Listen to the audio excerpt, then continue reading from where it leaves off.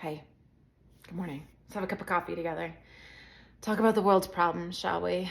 For a minute or two, maybe longer. Let's face it, brevity is not one of my strong suits, but I will attempt to keep it interesting. So before I jump in, I want to start with thanking everyone who responded to my post yesterday. It's a bit of a risky conversation, and I made a seek to understand post about where people are at and what's going on with folks concerning the situation in the Middle East that's developed over the last week. It's horrifying on many, many levels and impacts so many people. And I want to say thank you. The responses I got knocked my socks off because they were well thought out. Everyone had a highly educated, beautiful, impressive perspective that they shared. They took the time to stop and really share. And the most impressive thing to me was that everyone had a different piece. And that was amazing because I'm realizing more and more, we have this idea for some reason that we're all supposed to agree, but I can only ever represent my perspective, my point, which is going to be from my experience, which is not everyone's. It's like, we need each other. I need other people who have had other experiences, people who are on both sides of this issue to speak to me, and then all other different sides, right? I had some people that were very heartfelt and emotional from both sides of this issue that just my heart breaks for both sides, but also people just observing and different thought processes and spiritual perspectives. But we all need each other in order to develop a holistic view. And I've been trying to get to, so here's what happened for me. So something terrible happens, right? And we're all reacting. And we all look at different sources of information, and so we all have reactions.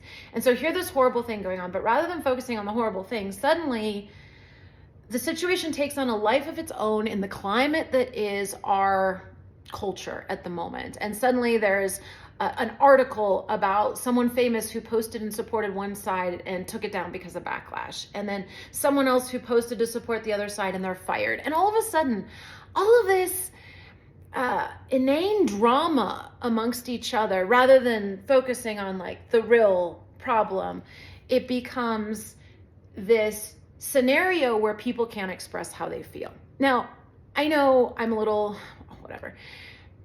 Social media, I don't know when we started to take it so seriously, you guys, or when we started to decide that a static post, defines and represents a whole complex human being. I don't know when that confusion occurred, but first of all, social media is supposed to be just a form of expression and something fun and playful that creates connection and expression. It was never supposed to replace human relationships or interactions or people. I mean, I don't know about you guys. I make posts all the time just because whatever, it's like something I'm looking at. I don't spend all my day looking at the flowers I post. My life isn't flowers. That was like, 5 minutes while I'm watering or trimming them or something. My bunnies, I love my bunnies. But when I post pictures, it's not my entire life. I'm not like living with the bunnies, right? It's like a moment of maybe my week. We're in traffic, we're cooking. It's like, that's not the only food I ate this week. It's just what I posted that one day. It was one thing I ate in one day. Sometimes I make long dramatic posts about God knows what, because that's what I'm focused on and really feeling in that moment. And as soon as I post it, I don't feel that way anymore.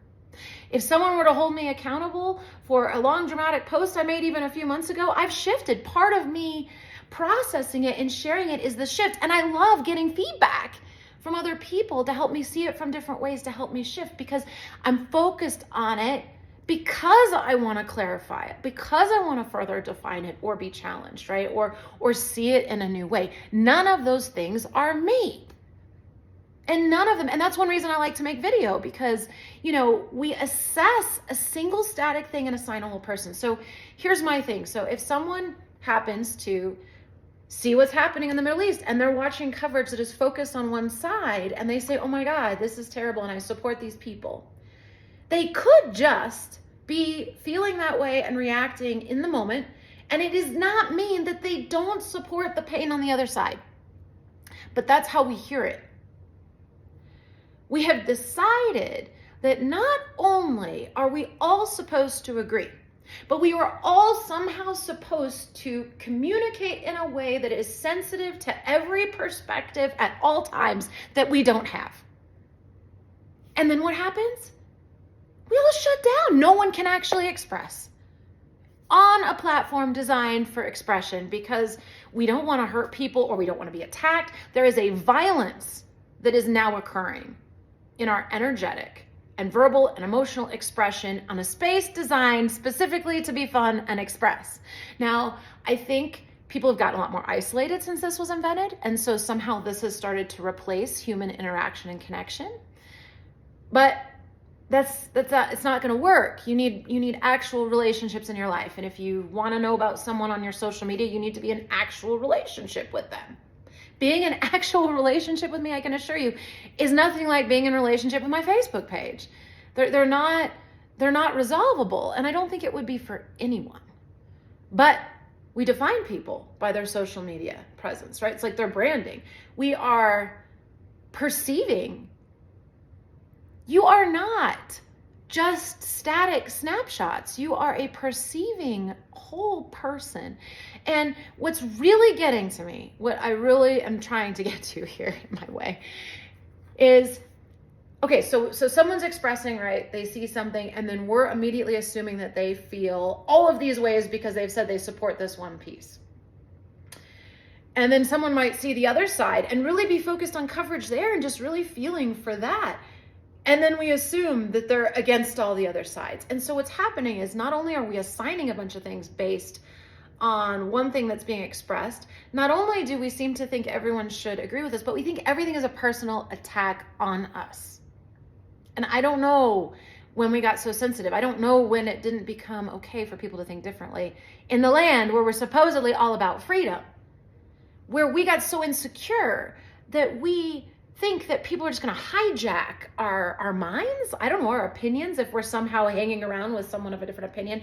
But the worst part, and what I think is really getting to a lot of people, is the dehumanization, the relentless dehumanization of people who think differently than us. If someone thinks differently than us, then they just aren't smart, or they just aren't studied, or, they're just an idiot, or they can't critically think, or they're okay with murder, or there's all different ways that we're dehumanizing each other. And I think I'm the type of person who likes to make pain purposeful. And I like to look for our point of power. I don't think it's very healthy to look at a scenario and be really upset about it and not be able to do anything about it. I think that makes us very sick. And I also think that the suppression of expression makes us sick. I think most violent acts are a result of someone feeling that their pain has gone so unseen and unheard for so long that they must make sure everybody knows about it. And we can head that off at the pass. We have all these creative mechanisms for expression. You don't even need to leave your house. So why is this still happening? Well, we're not letting ourselves even express. And if you dare, and you dare to say the wrong thing around the wrong person, you get attacked. And this is a really interesting thing where it's like we're all so overly sensitive that if someone isn't as overly sensitive as we are, we're going to take them down because how dare they not be sensitive to me the way I'm overly sensitive. When we can't. You guys, we can't embody every perspective. We can't. We can ask questions that people that are living it can actually provide experience on it. Like, it was so interesting to hear all the different perspectives, but what were the most impactful ones? Those people who are directly related in heritage or experience or family or whatever it was to the specific locations, people, places, belief systems that are in the actual conflict. They bring a message and a voice that is really important and can speak to it in ways that I can't. It's one thing to observe, but it's another thing to live it. I grew up in Europe in the 90s. I was in Germany, traveling, seeing concentration camps when Schindler's List came out, when it was the 50th anniversary of the Holocaust. And I went to Dachau. I will never forget this concentration camp, and the ovens were still there, and the dorms are still there, and the energy. I mean, it's horrifying beyond what is like mentally you can grasp. And I'll never forget. I mean, aside from all the horrible pictures and what these people went through and the videos, and when the American soldiers broke in, the next day, they went and took the mayor and his wife of the town that was right up the street and walked them through the concentration camp and showed them what was going on. And do you know what happened? They killed themselves the next day. They hung themselves. When they realized what had gone on their watch, it's one thing to be like, well, I don't like Jews, just haul them off. But when you have to see the person in front of you, that is our point of power. I can assure you that 95 to 98% of the people I know, if they were over there on the conflict right now and they saw a child suffering or abandoned or afraid or in potentially dangerous way, they would give their life to protect that child. They would rush over, pick them up, do whatever they needed to do. It wouldn't matter which side the child was on or what political party they were. And when did we lose? When did we lose, you guys, that kind of compassion with each other as adults? When did we stop seeing each other as human? Is it because we're on social media? I don't know. I feel like we have this violence and emotional hate in our hearts, even in person, for people that think differently than us. We've decided they're an enemy, but we're not. We're all human, and as beautifully put by one of the people who shared, how about we just stand for humans? You know, Americans get really, really spoiled. One thing I can speak into with my own experience is having traveled a lot outside of the country from the time I was pretty small.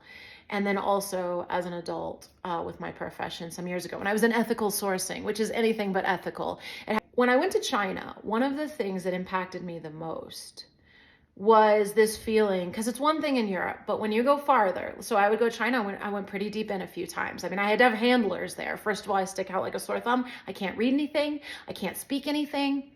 I don't look like anyone. I'm very obviously a foreigner who's like, you know, totally stupid. Like, I don't know where I am. If something happened in the world, I would never get home. I would just be over there. And what would I be at? The mercy of the people in front of me. Who are the humans around me? I can't even communicate with them. Will they see me as a human and help me? What if my side is under attack when I'm over there? Are they going to hand me over to the law and I'll get butchered and be a hostage? Or is someone going to tuck me in a closet and feed me and protect me? We can't relate to that in the US. We are so overbubbled. And what's fascinating about this is it's not expanding our sense of freedom, our respect of diversity. It's like it's getting worse. It's our point of power, you guys, is how we treat each other, even on silly things like social media. Let people express. Stop thinking that the snapshot reaction they're sharing with you is everything they could possibly think about the subject. And stop thinking that it's an attack on you. That's just that person and where they're at. And what was so powerful about everyone and what they shared on my post was they all had good reasons for what they thought. They were all right from where they stood. But it took all of them to make a whole picture, a whole perspective of a very complicated scenario that I'm sure more perspectives could be added to make it more holistic. But I'm also so honored that I didn't have 20 people that answered with the exact same perspective. And no one was dehumanizing. One was a little Bostonian, but you know, he's Bostonian. But there's something to check in there where we can hold a space and hold our perspective, but we don't have to be everything because we can't be. And in a country as melting pot-ish as here, why aren't we creating the space? Why aren't we constantly asking each other, hey, who out there knows about this? Who can help me learn? Who can open my eyes so I have a better perspective? Because I haven't walked that road. You know, it's one thing to sit there and judge the way someone else is living, But until you have met a person who's gone through it and sat with them and listened, you don't really know much about it if it isn't your road. And so together we're stronger in all of our perspectives, and someone can share something as long as it's not dehumanizing, and we can help to open their eyes to different perspectives when we don't get emotional and take it personally. And as far as the dehumanization of each other, I don't know what to say about that, guys. What do we do? What do we do about that? And we're coming up on an election year, and it's like, I think all of us are like, and also what I noticed about the post, how many people didn't comment, or how many people wrote me private messages because they're afraid to comment.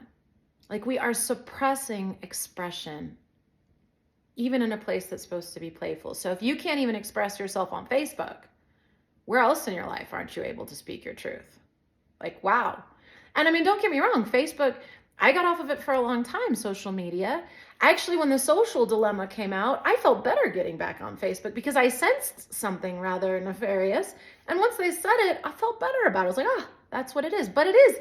I've noticed if I go on there, I lose like an hour. I can't post where I'm at every day or send updates about every one of my opinions that's updated since I posted about it.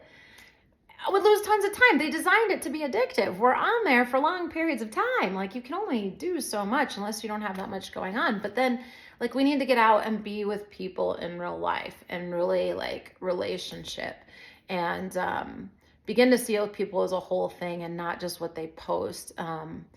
So I think in the space of such violence, when we can't impact that specifically, our point of power is to stop the violence here. And that has to do with the dehumanization. Even friends I've had, now I've had more friends on the Israeli side of this particular conflict who have shared with me deep pain and fear and oppression. And I had someone, 2 points on my post were so powerful. One speaking about, there's people who want to eliminate Jews. They want to annihilate them from the planet. And it's just, I've seen it and I don't have words for it. What is happening there? And then one person expressing that they really don't feel safe saying that they have Palestinian in them because of the level of prejudice that still exists in our country. And so these perspectives are such powerful, powerful voices that we all need to hear. And it doesn't mean we all have to glom onto one side. We have to become the space in a diverse country with so many freedoms where we can hold it for all of them, for everybody. And say everybody gets to have a voice. And that doesn't mean this person's wrong when this person speaks and they're right. They are expressing where they stand and they're right where they stand. And you are right where you stand. It's when you begin to dehumanize the other side because of your pain and suffering that we get to interrupt. I'm like, we haven't come any further than when, Martin Luther King Jr. is sitting there going, I have a vision of a world where people are judged on the content of their character and not the color of their skin.